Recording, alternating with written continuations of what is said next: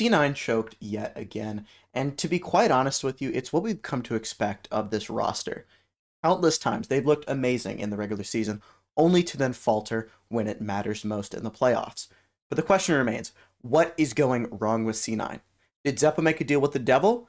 Or is it the pressure, the legacy that they have of choking still weighing down on the players to this day? Personally, I think it's the latter, but the Zeppa theory definitely has some merit. For example, Oxy himself said that he felt that pressure, that legacy that they have of choking in this EG game against a team that, let's be honest, they're better than, right? They are better than this EG roster, but they still got embarrassingly 2-0. But what happens in the gameplay? That is what I'm going to be breaking down today. So go ahead, subscribe if you haven't already. It's free, you can always unsubscribe later, and let's see what went wrong with C9 versus EG. C9 won pistol, and then they're going to do this thing. So on Icebox, it's a map where sometimes you'll see this orb denial thing come out when you're playing the Viper and the Sova, where you'll use your Viper Molly and your Sova Shock Dart to deny this orb that Harbor is getting right here, and then a KJ Molly over here to deny where Oxy is standing. Now, EG do the KJ Molly, but they don't deny the orb, and this is going to be important for later. Ye gets the kill onto net, but Oxy, again, he's the superstar of this team, and there were a lot of times he died every round except for 2 in this game. Every round except for 2. There were a lot of times where they said, hey, Oxy, save us. Right there is one of those times. Just solo peek with the Sheriff. We're going to trust that you're good enough as a player to equalize this round and try and get us the win. Then he kills Ye right here, and now this looks like it could be winnable for C9, right? If you start a snowball here, it truly could end up winning you the game. Superman goes 1-for-1 in mid, but that is fine for C9. C9 are fine with that, making it a 3v2. This is the issue. Oxy right here, when they're up numbers, is told to, hey, go peek the 2 people that have rifles. Go peek them in a KJ ult. He doesn't get out here.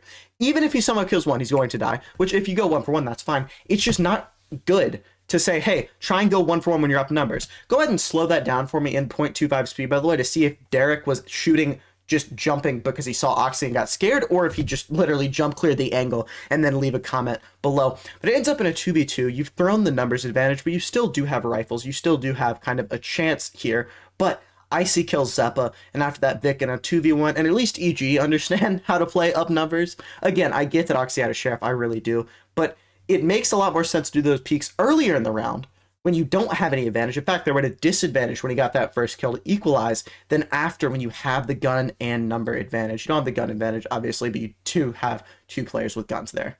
C9 elects to get aggressive over here onto B.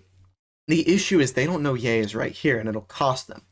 So they go and they're trying to take space aggressively in this area. As you can see here, Oxy and Mitch both go down here. They have no idea that Ye's right here. So Oxy gets to trade on Mitch, going 1-for-1, and then elects to try and dip.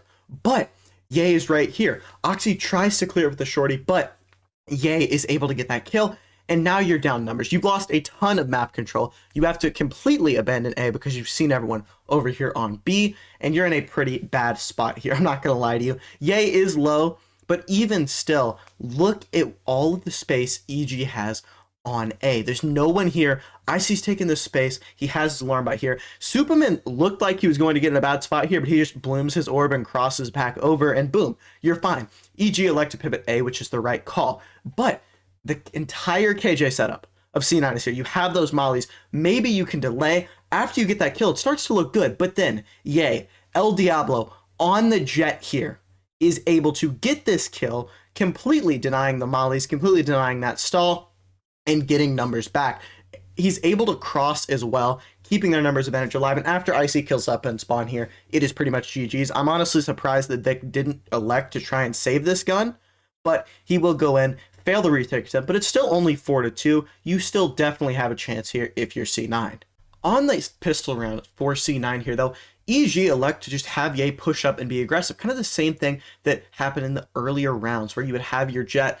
It was Oxy that time. Just get up, be aggressive, get the numbers for your team. And again, it works out well for EG here, but then they play the map very well. They fall back, they play with numbers correctly and say, okay, we're going to play passively. We're going to let you guys get the site, and then we're going to retake up numbers here. And you can tell that C9 here aren't really sure what they want to do. They have duo lurks over on B. The bomb is A, but there's the Killjoy alarm bot right there, and you can see they've pinged it out. They know it's there, but they're not electing. Do we want to break it? What do we want to do here?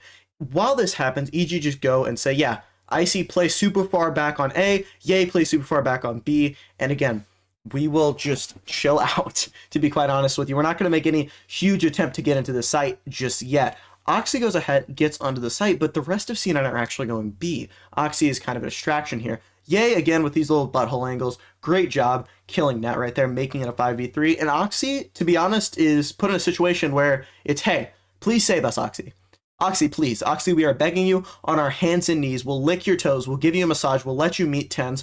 Please kill them. And he, unfortunately, isn't able to do that right there. Yay, if you'll notice here, he sticks his tongue out. If you want to replay that, he sticks his tongue out the side of his mouth while he's fighting. No, analytical benefit to that. Just thought it was interesting. But EG do a great job on this pistol round of beating C9. Potter calls a timeout, and you get a very weird buy here from EG.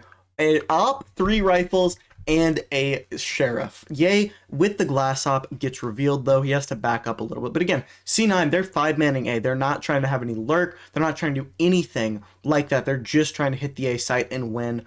But it doesn't work out that way. As you can see here, the harbor wall goes up, but Yay, with this op, still has a bit of vision. You can see it slants a tiny bit downward right there. So he's still going to have that bit of vision. And even with the harbor ult online, gets the first blood. Then Nature able to kill Net, giving EG the numbers advantage after the 1-for-1 trade, but you're still retaking with an op, right? This isn't going to be a slice of pie. I think it's a piece of cake, but also a slice of pie works. And again, when you go in here, Oxy's put in a lot of these situations where it's, hey, the game is on your shoulders, right? Oxy, you save the game for us. Oxy, you take this forward position, go 1-for-1, which ends up getting you a lot of the blame, right, when you lose this round, even though it's not 100% on him. Yay pops knives, and one thing I've noticed is he is very aggressive when he has knives out. He will go in your face trying to kill you, instead of some players who are more comfortable kind of staying back with their knives. But EG get a great defuse off because Mitch just plays this kind of weird, to be quite honest, more focused on getting that kill up there with the spam instead of getting someone off the defuse 8-8. Now, this is where the choking allegations come into play. C9 have 2 chances here to straight up win the game, not have to bother with overtime. But, and this is also partly a comp issue, Yay's operator has been destroying them. It is an issue in this round, but I'll explain why it destroys them in a second. As you can see, they're trying to just scale up onto A, using that harbor ult and the Sovolt in tandem, as then Yay gets a kill onto Oxy as he comes over the zip. Nothing gained from that Sova ult there. And then Nature gets this kill onto Vic, who's looking the wrong way, and the round slowly starts to fall apart. Halo gets popped here, but even then, you're in a 2v5 after this res. It's very hard for you to be able to win that game. But why is the op causing them so much trouble? The answer is in their comp. They're playing Viper Harbor, which is something I personally love. I love Viper Harbor as a comp. But if you'll go back here, you'll notice their only initiator is a Sova, who's not the best at forcing people off of op angles after his drone is down. They have no flashes, which means there's not really a way to full-on tell Yay, hey, get out of here and make him run away. So in that comp, that's why EG are probably better at that with that comp change with you having that Sova instead of the Harbor. Now, personally, I still like Harbor Viper even more, but it's a very good adaptation. As you can see, Yay's been buying glass ops because this has been so prevalent, such a good way to destroy Cloud9. But they still have one more round. But here's something where you can really see the pressure getting to C9. They have a huge advantage and are unable to convert due to a ton of mistakes made. And I think that this is literally just the legacy of failure that they have when it comes playoff time. Here's what I mean. Oxy saves them. Again, this is what he's been supposed to do the entire time. Is there a lot of their game plan has literally been Oxy, go in, please save us, please, please, we beg you, Oxy, please, please, please, please, please. 3v5 right now. 3v5. I don't know what the fuck this harbor wall is for. I'm gonna be honest. I thought it was some sort of miss wall or something, but I just don't think a pro player would miss a harbor wall. I have no idea why this harbor wall goes up, unless it's to try and save Oxy, which, you know, worked out so well. I genuinely don't get it. Again, my best theory is that it's supposed to save Oxy, but surely you understand the shock dart it's online with him being 30 HP. But again, all of these deaths, just so quickly, planting the bomb, you get shocked, you get mollied, and you die there. And now, I think C9 kind of have the feeling in their heads, oh no, it's happening again. Like Zeppa, he's been on this roster for so long, and I think it genuinely right here is, oh, it's going to happen again. We're going to lose to EG. We're going to bomb out. And you can see here in his aim just gets a little shaky right there. I don't know, man, but you still technically have a chance in overtime. And yet again, C9 get a massive advantage, but are unable to capitalize, making pivotal and crucial mistakes in the last little bit of the round. Let me show you how. Ye is taking this 1v1 over on B, trying to take this space, but this Viper Molly, I don't know why it was thrown. To be quite honest with you, the turret doesn't get broken. It still does force a reclear from C9, which I don't really think you needed to do there, but the drone just was not necessary, in my opinion, for that. But again, I'm not really sure the thought behind that Viper Molly. Maybe someone in the comments could explain it to me. But Oxy over here, going to get that kill onto Nature, get that right there, go try and get another spam kill, and leave. This is perfect. This is perfect.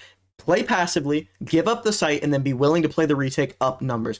Even though you do have that op online, which does complicate things a bit, I think that's the right choice to make here. And again, Ye trying to take this space on B has calmed, hey, this is free. We're good. Vic, again, plays passively like you should. This is what you need to be doing here when you're up numbers, in my opinion.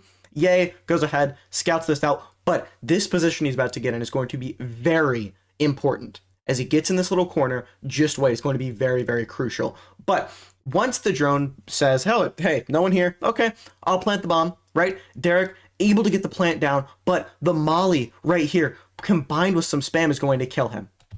3v5 scenario. Playoffs on the line. Years of failure. What happens? Icy's lurked up here. He's lurked up mid, and then there's this harbor wall that comes out. I'm not even going to blame Mitch here. Yes, hypothetically, you should understand that the space has been given up and Ye could be there. I'm not going to blame him. He wasn't taking a 1v1 knowingly, right? He wasn't knowing that someone was there. But then Icy, again, this KJ transformation has been wonderful. He played some Sentient tier 2, and I mean, that's crisp aim. Oxy kills Ye, though, and again, right here is where the mistakes start to happen. Right here. Go ahead and rewind that, by the way, because you're going to see that Oxy is going to scope up and not look at Icy anymore. He thinks he's gone up kitchen. Go ahead, rewind that. There was not enough time. There was not enough time for Icy to do that. Vic could have stuck this bomb. There was not enough time for for Icy to kill him and get him off and run up here. Both of those mistakes end up losing C9 playoffs. And again, they're mistakes that you can see why they're made, right? Oxy, there was about 10 seconds from when Icy got that kill. He could have, actually thought, and I'm assuming he did, right? Because he had the op train there, that Icy had time to reposition. Vic could have thought that Icy was closer than he was, but those two mistakes lose you the round. You still have one more chance, but you can see it on Vic's face. I think that right? The legacy you've left is one that's been C9's legacy forever, which is we will choke in the playoffs. And to be honest, on this round, it seems like you're rereading a book. You already know how it's going to go. Right, there's not really a scenario where C9 win this. You know what's on their faces. Yay, he's gotten a kill from this same angle already in this game. Kills Mitch, but right here is the most hope that C9 have, right? Icy is forced to be alone on site. Maybe you can kill him, maybe you can get those numbers back, but he pops these mollies. They don't go through them, and that gives the rest of EG time to flood in, help him out, and then the kills just come in from EG, who, by the way, are making a great run of their own. Video about that right here. In conclusion, I truly think the pressure has gotten to be an issue for C9. I don't know if they have a sports psychologist. I think they need one if they don't, to be quite honest with you, because this is going to keep happening, in my opinion, if nothing changes. Thank you guys for watching. Remember to subscribe. Here's the EG video, and I'll see you next time. Peace.